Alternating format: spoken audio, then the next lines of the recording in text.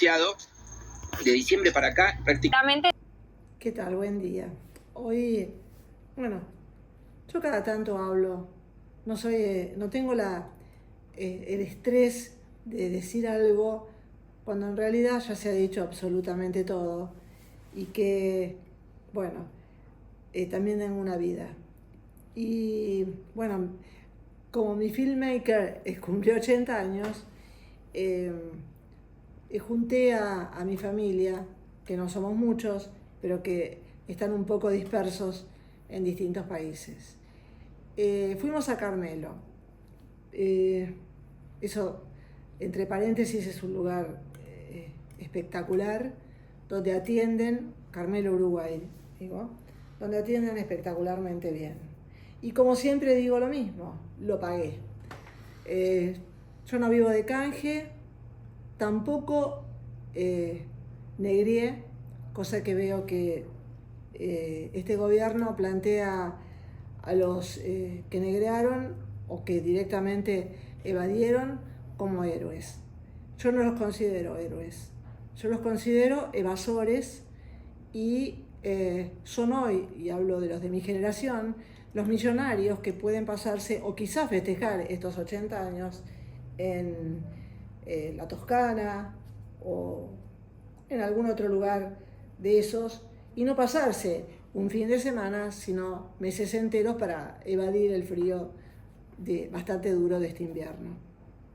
Pero no era el caso de venir a contarles una historia personal, sino que yo observo digamos, en los medios, y hablo de los medios, todos los medios, porque hasta los medios que medianamente han sido serios, hoy ya pasaron al olvido, siempre digo lo mismo, terminaron siendo unas grandes remiserías, que el que más paga lo entrevistan y obviamente la nueva, como digo yo, la nueva, en el corner lo voy a poner, es la nueva expresión.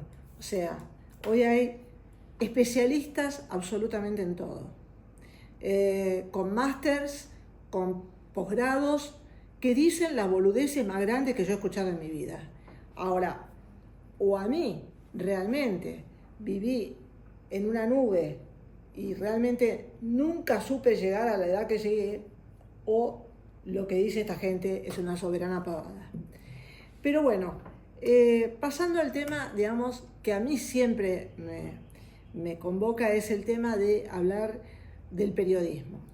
Periodismo que hoy no solamente se bastardea a sí mismo, lo que sucedió en el tema de la muerte del padre de Messi, fue absurdo, pero además, creo yo, inmoral y falta de ética profesional. Estoy totalmente de acuerdo con Tommy Dente, que obviamente se exalta, pero parece ser que hoy la gente le interesa más la hipocresía del que habla suave que aquel que ya está harto de las situaciones, bueno, plantea temas de ética o básicamente de ética profesional dentro de los medios.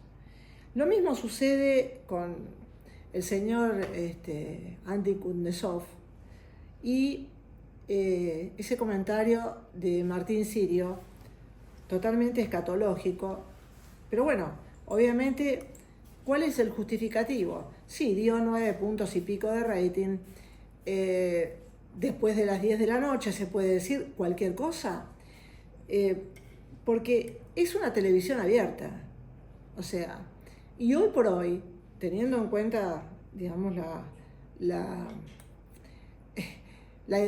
hora en que se van a dormir los chicos, las 10 de la noche vendrían a ser como las 8 en la época mía. Bueno, Andy Kuznetsov es una persona que tomó una decisión que es la de desprecio a la carrera de productores, de producción, de radio y televisión. ¿Y por qué lo digo? Porque él y Pergolini tomaron prestado, podríamos decir, el nombre de Perros de la Calle y todo el mundo lo toma como, uy, qué genio, y lo tomó en ese momento. Ese nombre pertenecía a un grupo de estudiantes de producción de la UB, la Universidad de Belgrano, y que ya tenían un programa. Tenían un programa e incluso tenían que en esa época, estamos hablando de hace siglos, porque era creo que era 2001, tenían un programa y tenían también un corresponsal en Miami. Y esos estudiantes de producción quizá cometieron un error que era no patentar ese nombre y siguieron y aceptaron las reglas de juego de los poderosos como Pergolini y Andy Kundesov. Pero yo lo que digo es un tema, que en la vida todo vuelve y habría que haber sido un poco más generoso, tanto de uno como del otro, en, no sé, por lo menos nombrar a este grupo de chicos que evidentemente tuvieron absoluta mucha más creatividad que lo que ellos tenían. Que no me olvido, el señor Pergolini y su grupete se jactaba de no tener un título secundario y que les había ido muy bien.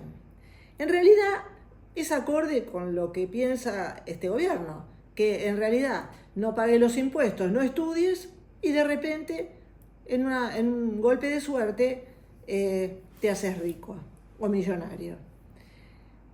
Como verán, yo no estoy de acuerdo en todas las cosas que dice Milei.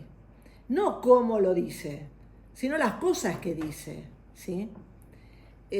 A mí no me importa cómo lo dice. Yo no tengo esa hipocresía kirchnerista de pensar que la palabra suave es la que le va a ayudar a alguien a tener agua potable o cloacas o un pavimento para que entre una ambulancia si lo necesita. No soy así. Quizá, como dijo un día Polino, yo no soy de las que te acompaña a un boliche, pero sí te voy a acompañar a una ecografía. Ese es mi estilo, lo fue toda mi vida y hoy también trato de ser coherente con esa forma de pensar. Pero como siempre me gusta ver las cosas objetivas, ahora, en esta nube de humo que está creando, donde aparecen ciertos buenos que yo les concedo un nivel de estrategia espectacular, porque siempre se han quedado atrás del peronismo, siempre están en la retaguardia, esperando llegar, y son realmente muy capaces, muy inteligentes.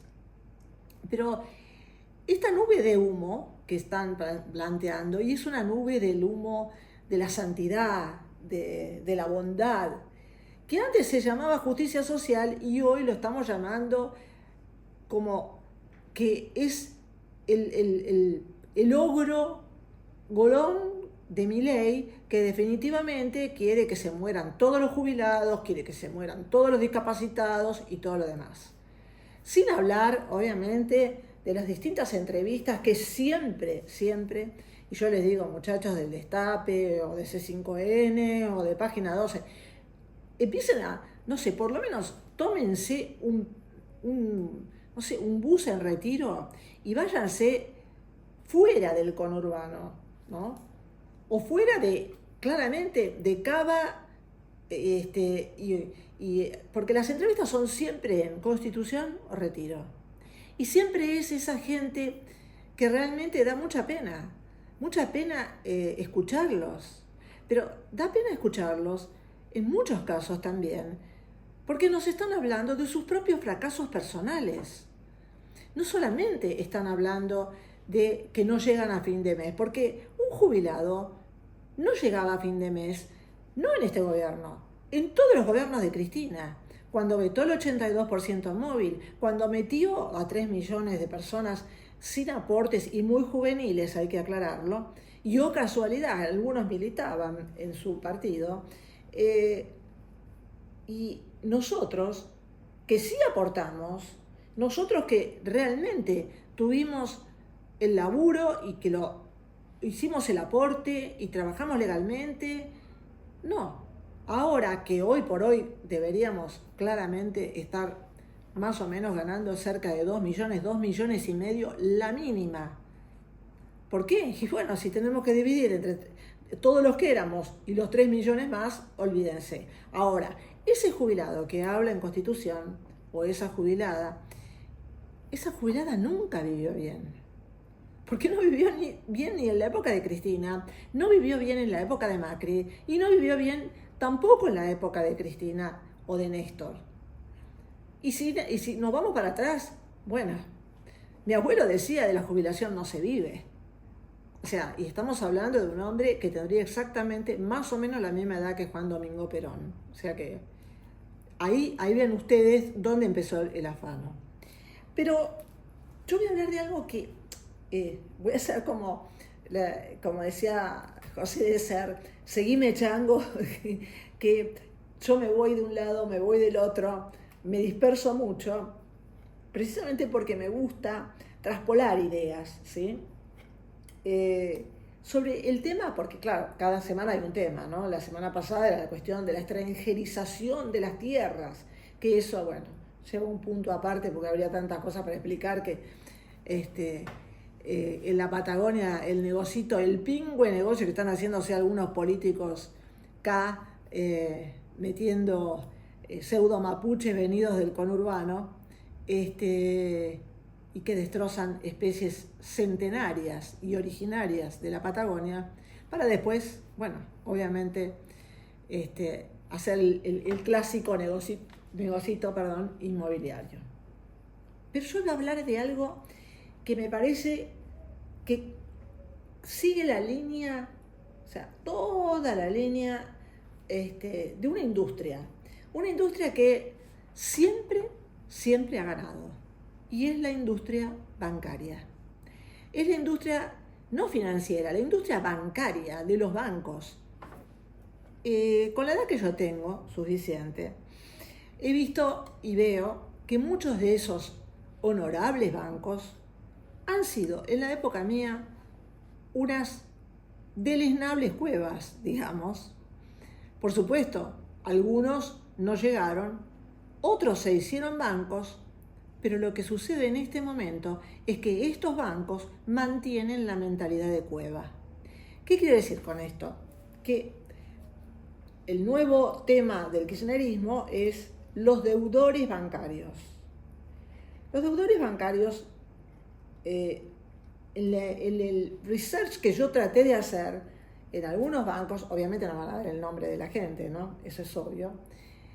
Quise averiguar si había un porcentaje de empleados públicos. Muchos van a decir, bueno, los empleados públicos en la provincia tienen, como cobran el sueldo, tienen los créditos del Banco Provincia, que entre paréntesis están gastando fortunas, Axel, con la cuestión muy buena, la propaganda, la publicidad excelente, la verdad hay que reconocerlo, no sé cuál será la agencia que tienen, pero la verdad que es excelente, pero eso cuesta un huevo, o sea, acá y en la China.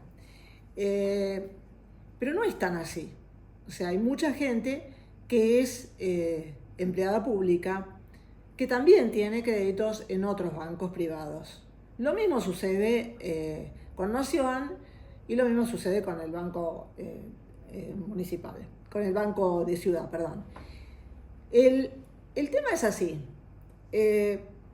Mucha de esta gente es monotributista. También me van a decir, no, monotributista no, porque el Estado no contrata minga. Uno de los grandes contratantes en monotributo, y lo estoy diciendo por experiencia propia, no por mí, sino porque intenté plantearlo como un precedente en un juicio, es el Estado. Es el primero que tiene contratados en monotributo a la gente. Esta gente que tomó los créditos, quizá bien para, empezando este gobierno, para, digamos, cambiar una heladera, para comprarse, qué sé yo, hacer un arreglo en el patio, cambiar el deck de la casa, o el techo, o lo que fuera. esa gente que obviamente en la Argentina, y esto voy al punto de la educación, no hay educación financiera, viene con esa inercia, una inercia existencial de la inflación. ¿A qué voy en eso? Que básicamente esa gente creyó que con esos créditos, a lo largo del tiempo, se le iban a licuar. ¿Qué es lo que nos pasó, o que pasó a mucha gente, digamos? A mí Alfonsín me regaló una casa. Yo hubiera querido que arreglara el país, por lo que dejó y la hiperinflación que dejó. Pero la realidad es que, o por lo menos mi realidad, y en esto tengo que decirlo, que me preocupa enormemente el tema, es que esa gente no entendió que no le iban a aumentar por inflación. ¿De quiénes estoy hablando? Estoy hablando de los empleados públicos, que fueron los únicos beneficiados en la época kirchnerista con aumentos por inflación increíbles. No así en el mundo privado. De hecho, obviamente, hace como 10 años prácticamente que el empleo privado no crece. Pero sí creció exponencialmente el empleo público. Entonces, dentro de esa masa de deudores, ¿sí?, que hoy por hoy, por supuesto, según la narrativa sacralizadora y romántica del periodismo, lo usan para comer, muchos de ellos. Claro, si ese empleado público hoy no tiene esos aumentos, como tampoco los tiene el empleado privado, o sea, no es que estamos todos, bueno, el pobrecito empleado público, que entre paréntesis, y voy a decirlo sinceramente, ese empleado trabajaba como máximo 4 o 5 horas, en algunos casos hasta con 60 días de vacaciones, ni hablemos de las licencias. Entonces, basándonos en esa premisa, digamos, esa persona hoy por hoy está agobiada, está claramente inundada y sigue pagando una cantidad exorbitante del porcentaje que cobra un banco cuando realmente uno tiene una deuda. ¿A qué voy? El banco, cuando uno pone un plazo fijo, te paga 17%, que ni siquiera es la inflación anual, ¿sí? En cambio, si vos debés plata a ese mismo banco, el banco te cobra 80%. Entonces, nos vamos a hacer la pregunta de lo siguiente: ¿el banco en algún momento va a trabajar de banco? Porque claro, era muy piola prestarle al Estado. Al Estado seguramente. ¿Cómo lo agarraba? Hacíamos la maquinita, volvíamos de nuevo, volvía. Era un tongo perfecto. Y ese tongo se les cortó. Entonces, acá, una de las realidades, y que yo no entiendo claramente, ¿por qué no se le pone un límite?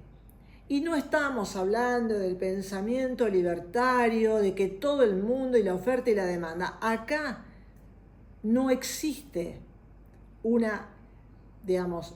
un criterio de oferta y demanda. Acá lo que existe es un monopolio. Porque en definitiva, si todos hacen exactamente lo mismo, se están cartelizando. Aunque la fintech, que claro, como no tienen historial de la persona que toma el crédito, cobran exactamente lo mismo, quizás un poquito menos, pero funcionan como un banco o como una cueva, diría yo. Ese es el tema. Acá, digamos, yo entiendo, en muchos casos, que mucha gente esté enojada. Porque mucha gente, y bueno, creció con el pensamiento mágico de que venía un tipo y te solucionaba todo en 2 años. Y eso todos sabemos los que hemos luchado y quizá que no morfamos para pagar un crédito, y digo no morfamos porque la realidad es que yo no comí para pagar un crédito. Tuve que dejar a mi hijo sin un jardín, sin un año de jardín, porque yo tenía que pagarle el jardín que sí era obligatorio al otro. No me estoy victimizando para nada, porque obviamente me quedó la casa, pero ojo, que en esa época, los 80, te embargaban la casa. Hoy entrevistan a un tipo en, no sé si era Retiro o Constitución, y el tipo dice, yo voy a perder mi casa, yo voy a perder esto. Y los periodistas dicen, los bancos tienen que sentarse y tienen que a charlar con los deudores. Totalmente de acuerdo que tienen que hacerlo. Pasaron casi 40 años de la época que me pasó a mí. Pero ojo, que en ese momento vos te tomabas un crédito y no te ibas después de vacaciones, no agarrabas y le comprabas las zapatillas Nike a tu hijo, y tampoco le festejabas el cumpleaños de 15 en un boliche y demás, y por supuesto contratabas a uno de estos diseñadores nada más que porque lo veías en televisión. ¿Sí? ¿Que tienen derecho? Sí. Pero yo creo que acá hay un punto, y muy perverso fue toda la historia que creó, yo digo no la historia sino el verso, que creó el kirchnerismo pensando que todos los argentinos tenemos todos los derechos, pero no tenemos ni obligaciones. O sea, quien toma un crédito no entiende que lo tiene que pagar. Entonces hoy, obviamente, está pagando intereses, pero asquerosos ya. Yo no estoy diciendo que la culpa la tienen los deudores, como tontamente dice Caputo. Como tontamente dice Caputo. Acá la problemática es diferente. Acá tenés un grupo de gente que no tiene educación financiera, que estuvo además en una situación de privilegio, porque era empleado público y le regalaban el sueldo, porque por supuesto metían la maquinita y eran los únicos beneficiados, y que hoy está endeudado. Ahora, ellos son el gobierno. No tienen, no se les cae una idea para sentarse con los bancos a hablar de algo, porque a mí esta historia del pensamiento libertario no me cuadra. Yo soy liberal y yo creo que el liberal es muy distinto a un libertario que cree que las leyes del mercado funcionan en todo aspecto. Yo creo que no. Yo creo que si existe un Estado, y que obviamente si no vamos a ir a la época feudal, donde no había un Estado, había reyes, había monarquías y demás. Pero si existe un Estado, ese Estado pone reglas, y esas reglas se deben cumplir. Y entre ellos está la industria de mayor riqueza que ha generado en estos últimos años y que son los bancos. Es así de simple. Y que para mí siguen siendo, en algunos casos, existen, por supuesto hay excepciones, cuevas, porque tienen la mentalidad de cueva. De la misma manera que yo dije que la industria textil estaba integrada por comerciantes devenidos a empresarios y que nunca jamás invirtieron en tecnología, en esta digo lo mismo. Estos son cueveros devenidos a banqueros, que para mí son bancarios, ¿no? Porque la verdad no da para más.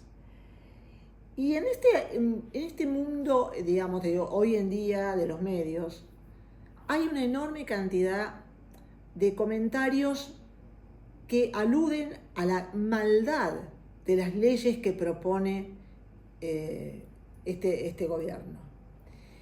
Siempre digo lo mismo. A veces, y me interesa, yo miro absolutamente todo.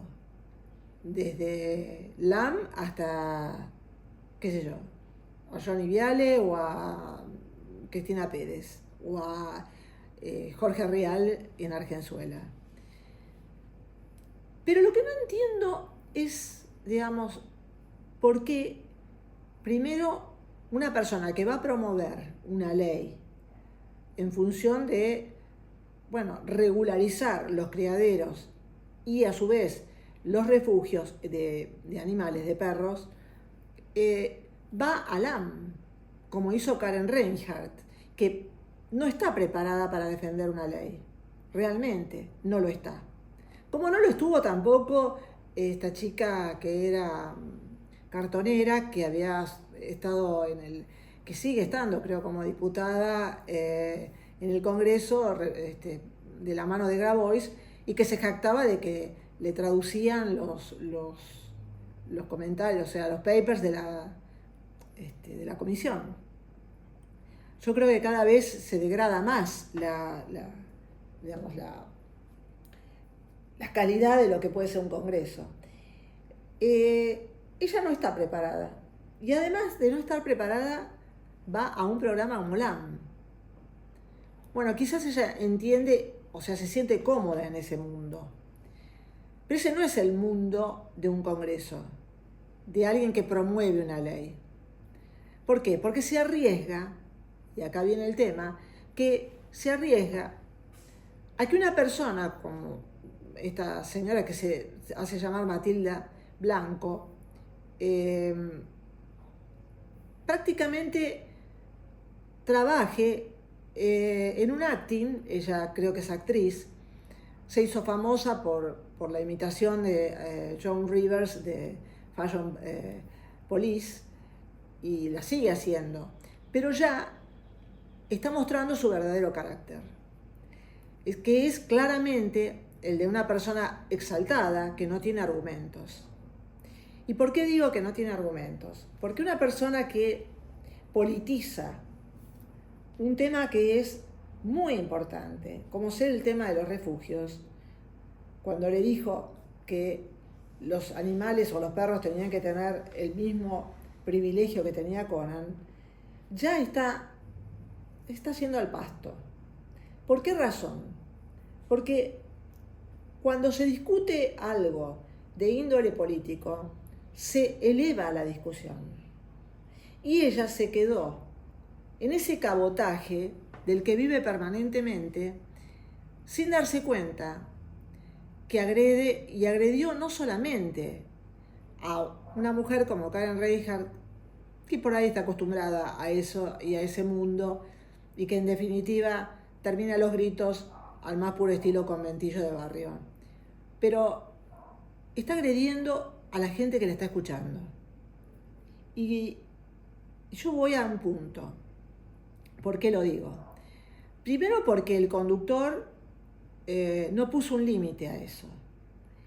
Y llegó a un punto tan desmedido que trató de hacer como una especie de exorcismo, utilizando a la religión católica y el signo de la cruz de la religión católica para, no sé, pararle o tratar de hacer un show con Karina Iavicoli.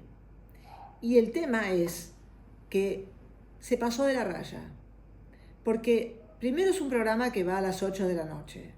Segundo, si no sabes discutir, no hagas un show, porque no estás hablando de cómo se viste una actriz, una celebrity y demás, que llega hasta el insulto. Y que además, tengo que decirlo en forma personal, es una mujer que no viste con buen gusto. Y que habla, y en esto voy a hacer una aclaración con respecto a esa aberración que tienen muchos y que la moda las ha invadido, del cuero ecológico. El cuero ecológico no existe. El cuero ecológico es plástico. Y el plástico, en la tierra, tarda millones de años en degradarse. Cuando ella habla, y además despectivamente de la gente que usa pieles, se ve que evidentemente viaja poco, porque en Europa ni hablemos de Rusia, Suecia o Noruega, la piel natural es lo común, precisamente porque son ecológicos. Y ella ha armado, junto con otro grupo de pobres personas, el tema de hablar del cuero ecológico. El cuero ecológico no existe. Simplemente es lo que en la época nuestra se decía cuerina y lo que la industria de la moda en algunas mentes quiere imponer. Pero si empezamos a ver los desfiles, y los desfiles grandes, y los grandes estudiosos e historiadores de la moda, están mostrando, básicamente, que las pieles se muestran en los desfiles, cosa que en Argentina se ocupan muy bien de no mostrar. Yo no soy una defensora a ultranza de los criaderos. He tenido animales en mi casa, siempre hubo perros y gatos. Les confieso que al gato yo le tengo un respeto porque lo considero, digamos, pero no le voy a hacer absolutamente nada a un gato ni nada por el estilo, y a los gatos voy a cuidar la gata de mi nuera y no tengo ningún problema y demás, pero es como que no tenemos feeling, ¿sí? Con los gatos, es un hecho, pero sí con los perros. Y he tenido de raza y no raza. Nosotros le decíamos terva, le decíamos de la calle y demás, o mezclita, cuando alguno nos lo ofrecía y demás, y nos lo hemos quedado. Considero que el animal de raza es muchísimo más enfermo, pero muchísimo más enfermo que el animal de la calle, los de refugio. Yo tengo una anécdota para contarles. ¿Y por qué lo digo desde la base de mi coherencia para hablar con respecto a los perros? La coherencia es que cuando yo me fui a vivir afuera, a un lugar donde secuestraban chicos extranjeros, está la política metida para llevárselos para vender,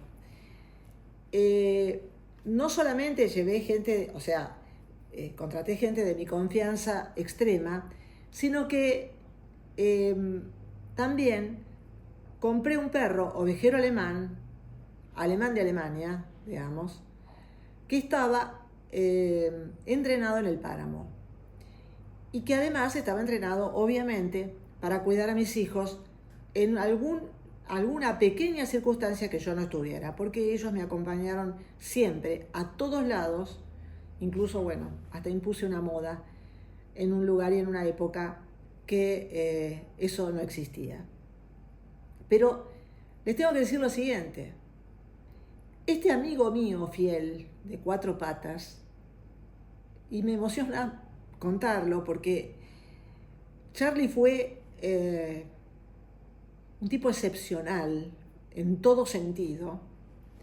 Yo lo traje a la Argentina, lo aforé en un momento y en una circunstancia económica en la que yo no estaba de lo mejor, pero consideré que yo tenía la responsabilidad de un animal y que esa responsabilidad a mí me cabía. De hecho, él quedó al cuidado de gente conocida porque había que hacer una cuarentena, y acá llegó, lo trataron muy mal en Ezeiza, pero estaba bien, nosotros lo íbamos a ver y sabíamos que él entendía que estaba con nosotros. Perdonen, pero fue un animal excepcional. Y además, yo en ningún momento lo abandoné. Esta anécdota que les cuento es para decirles que para mí, yo creo que estuvo totalmente de más esa discusión de Matilda Blanco. Estuvo totalmente de más la defensa a ultranza de refugios, porque hay un tema. No son santos. Hay algunos que son un desastre. Hay algunos que son estafas. Lo mismo que los criaderos, Porque esa historia que ella inventa y dice que a las perras las hacen parir permanentemente y todo lo demás. No todos son iguales. No todos son iguales, querida. Y ahí camina un poquito, salí del subte, salí del departamentito del contrafrente que tenés y la verdad, andate por muchas provincias. Hay gente que tiene criaderos de border collie en muchos lugares, que los entrenan, son, incluso estos animalitos son campeones sudamericanos de salto. Creo que tiene un nombre y la verdad que en este momento no me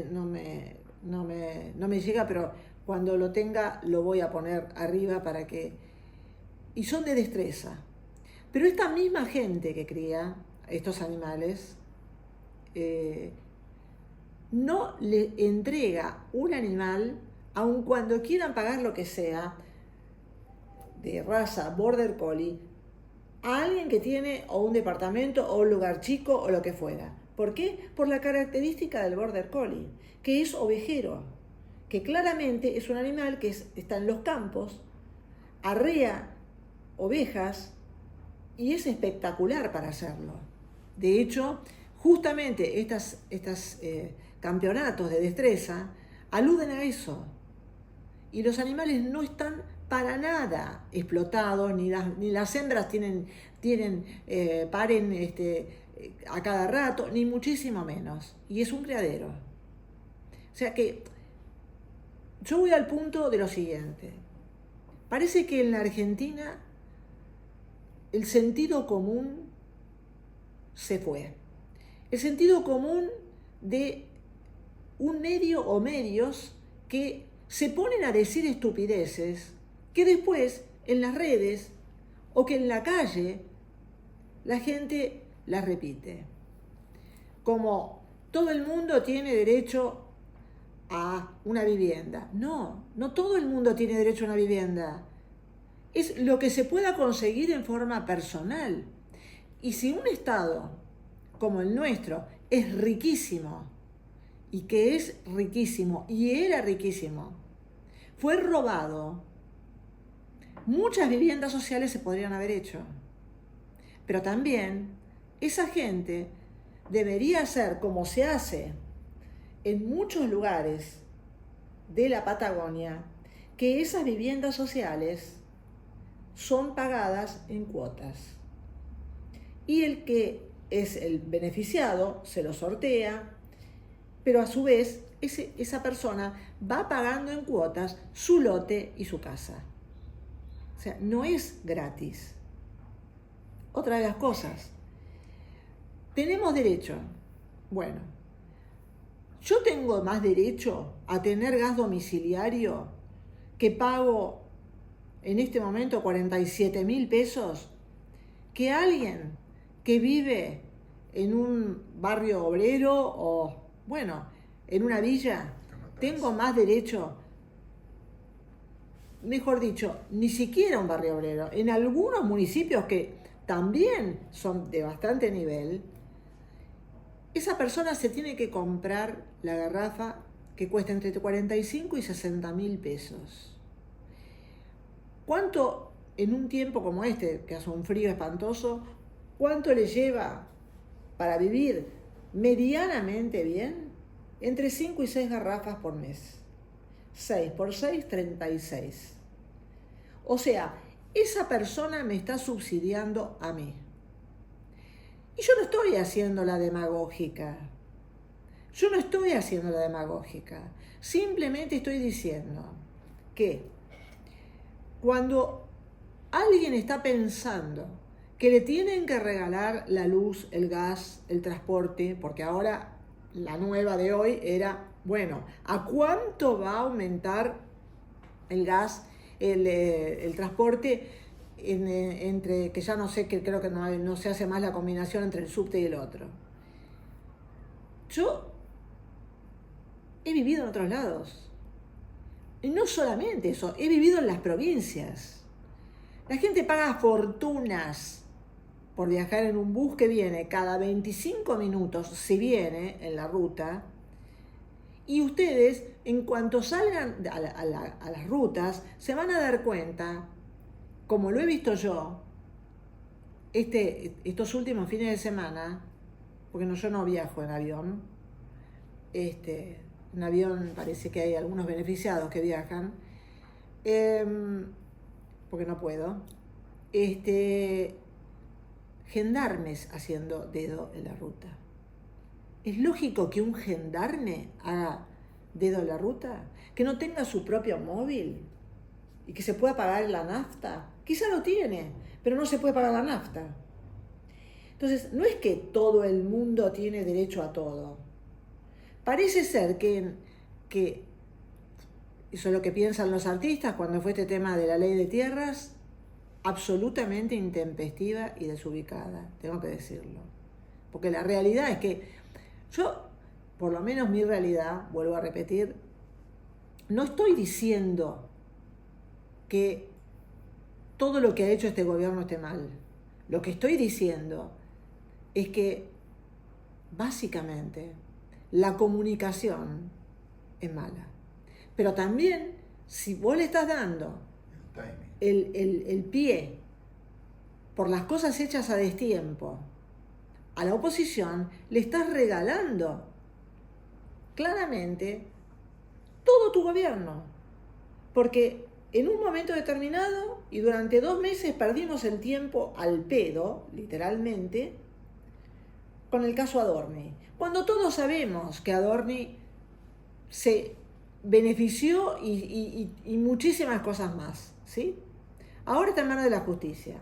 ¿Ahora era necesario pasar 2 meses? No.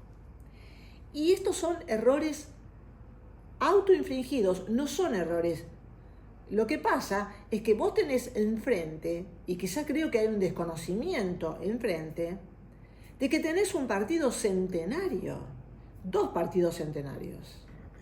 El radicalismo y el peronismo, que son tipos que están no afilados, están directamente como si fuera la cuerda de un violín, de cómo saben manejar la narrativa política. Y vos le estabas dando, sin un timing correspondiente como es el de las tierras, que es la inviolabilidad de la propiedad privada lo que funcionaba. Pero no, obviamente, un artículo de esa ley hablaba del tema de la venta a extranjeros y subirle el porcentaje. ¿A santo de qué, querido? ¿A santo de qué? Si acaso no sabemos que en el norte y cerca de las cataratas hay grupos de Medio Oriente que ya tienen comprado media provincia. Gracias a Dios, digo yo, ¿no? Está bien manejada.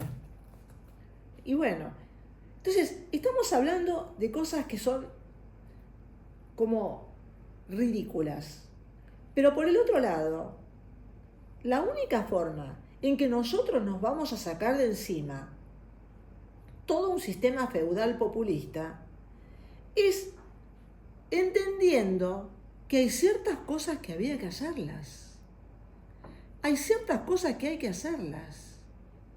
Porque si nosotros vamos a decir que, bueno, bárbaro, tenemos la extranjerización, no le vamos a vender a los extranjeros, ¿por qué Beder Herrera le vendió 200.000 hectáreas en el año 2008 a un norteamericano con capilla y todo y pueblo? Está bien, después obviamente la gente fue creo que a la Corte Suprema de Justicia y obviamente después se dictó una ley que eso no podía ser. Ahora, el tipo no tuvo ningún empacho, y era el gobernador y era peronista, O sea, no es que Beder Herrera era un ET que había venido, ni siquiera era Milei trabajaba en política. O sea que a mí me gusta ver siempre de un lado y del otro. Pero lo que me revienta en este momento es ver la hipocresía de que ahora los buenos de turno son los kirchneristas. Pero señores, no tenemos rutas. El otro día Nancy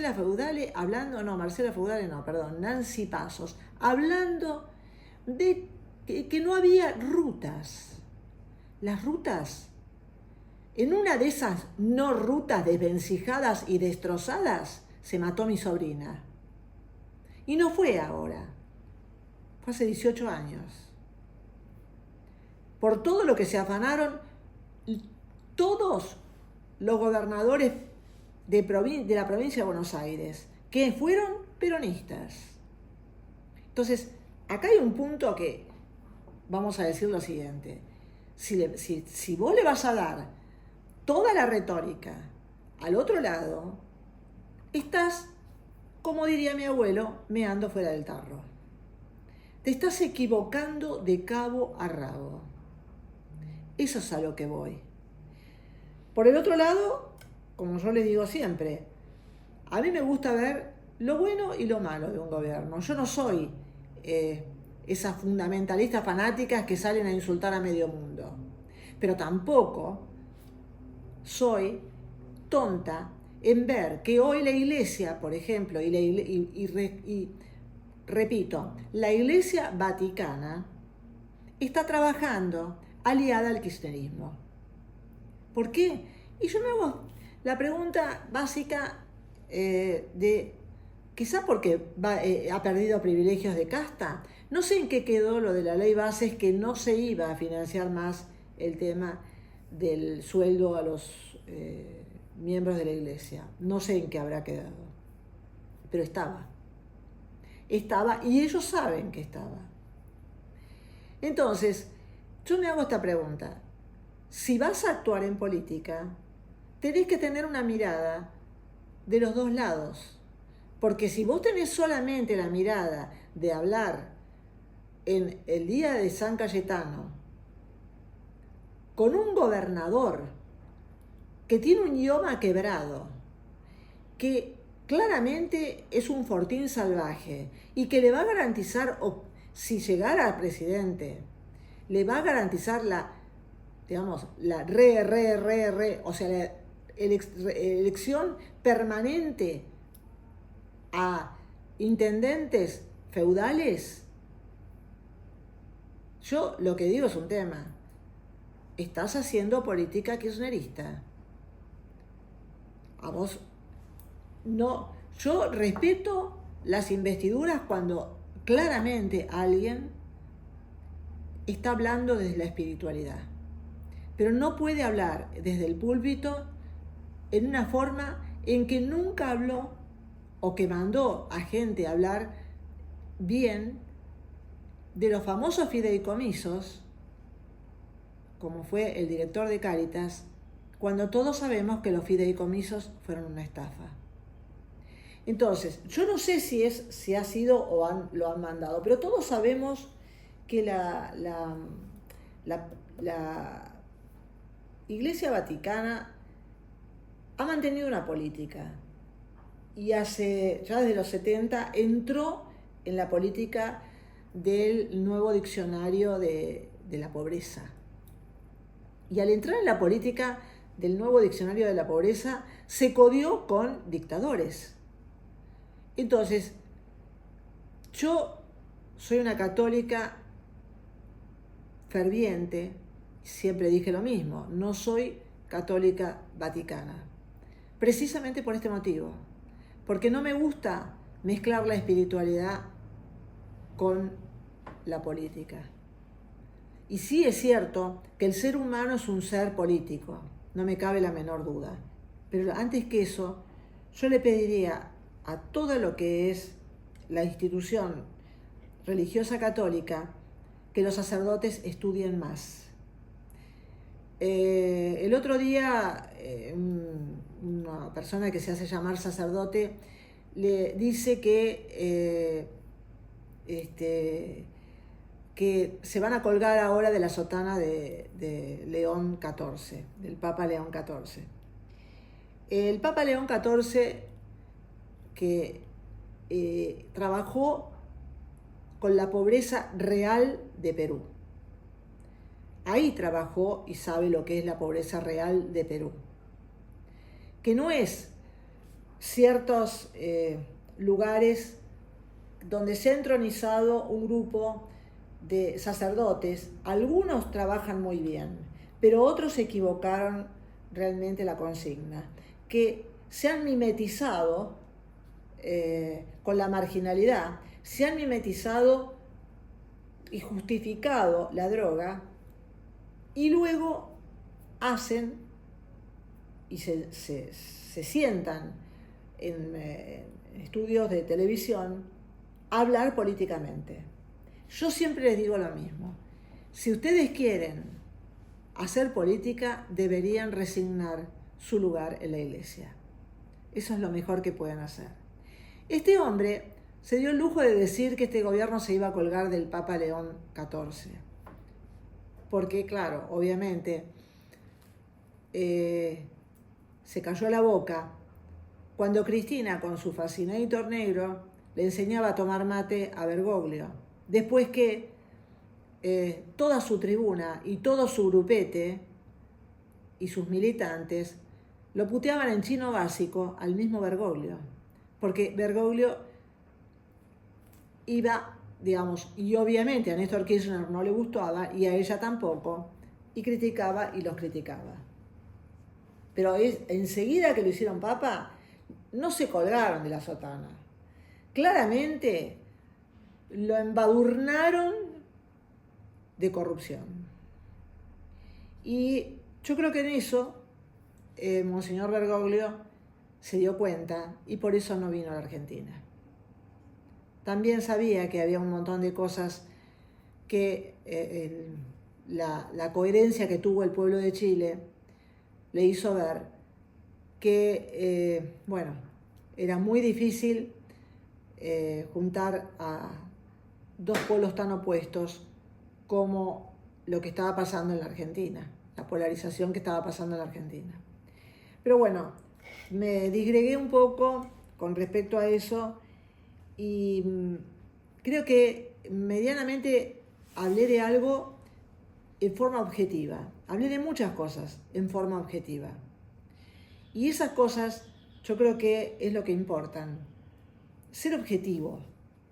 Yo no, el día que pongo un voto, sé que lo voy a poner no eligiendo al menos malo, sino pensando en toda la historia que yo viví y donde cínicamente me vendieron un buzón.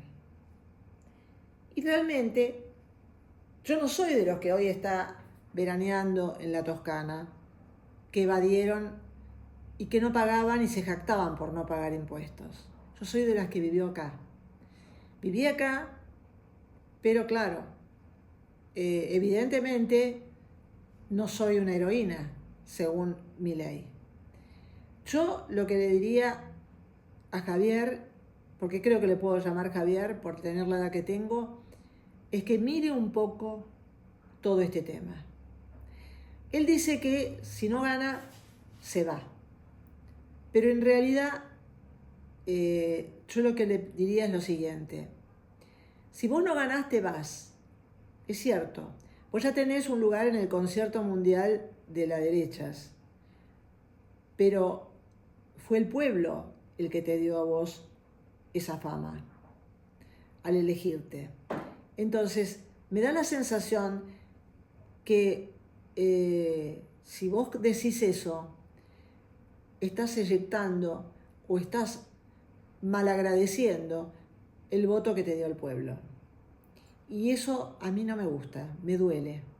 Me parece que, una vez más, si vos te salvás solo, la realidad es que dejás a un país huérfano. Eso es lo único que yo digo.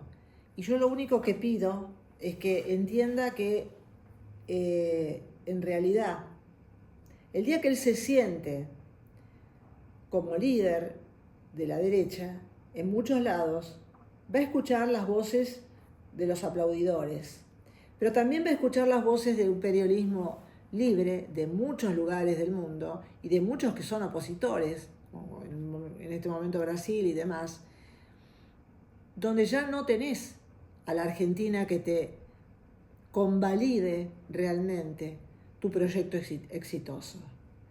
Y desde ese punto, pensá también que luchar para ganar una elección es parte de entrar y cambiar la mentalidad de un pueblo. Porque el pueblo necesita imperiosamente de sus dirigentes, pero que sus dirigentes también entiendan que son procesos que quizás a ellos también les lleva la vida. Miremos la vida de los años que tiene Patricia Bullrich. Miremos también los años que tiene Cristina Kirchner. Unas más, otras menos. Los años que tienen muchos otros políticos que se dedicaron a la política. Es cierto, es muy lindo ir a hablar con Trump, pero Trump no va a estar toda la vida. Es muy lindo ir a hablar a la asunción del presidente de Colombia, lo mismo del de Perú, de Keiko Fujimori y demás. Pero ellos no van a estar toda la vida. Y vos sos joven, sos muy joven. Entonces, quizá me queda a mí el resto de decir que sé claramente a quien no votaría. Eso sí lo sé. Y como a esta altura del cotillón yo creo que lo mío prescribió, digamos, porque en cierta forma yo no le debo nada a nadie. Yo ya pagué todo lo que tenía que pagar con mi experiencia o con mi ingenuidad también. Y lo que es quizás no te interese el consejo que yo doy, pero sí puede ser que les interese a muchos que no quieran vivir en un soviet criollo. Bueno, gracias y chao.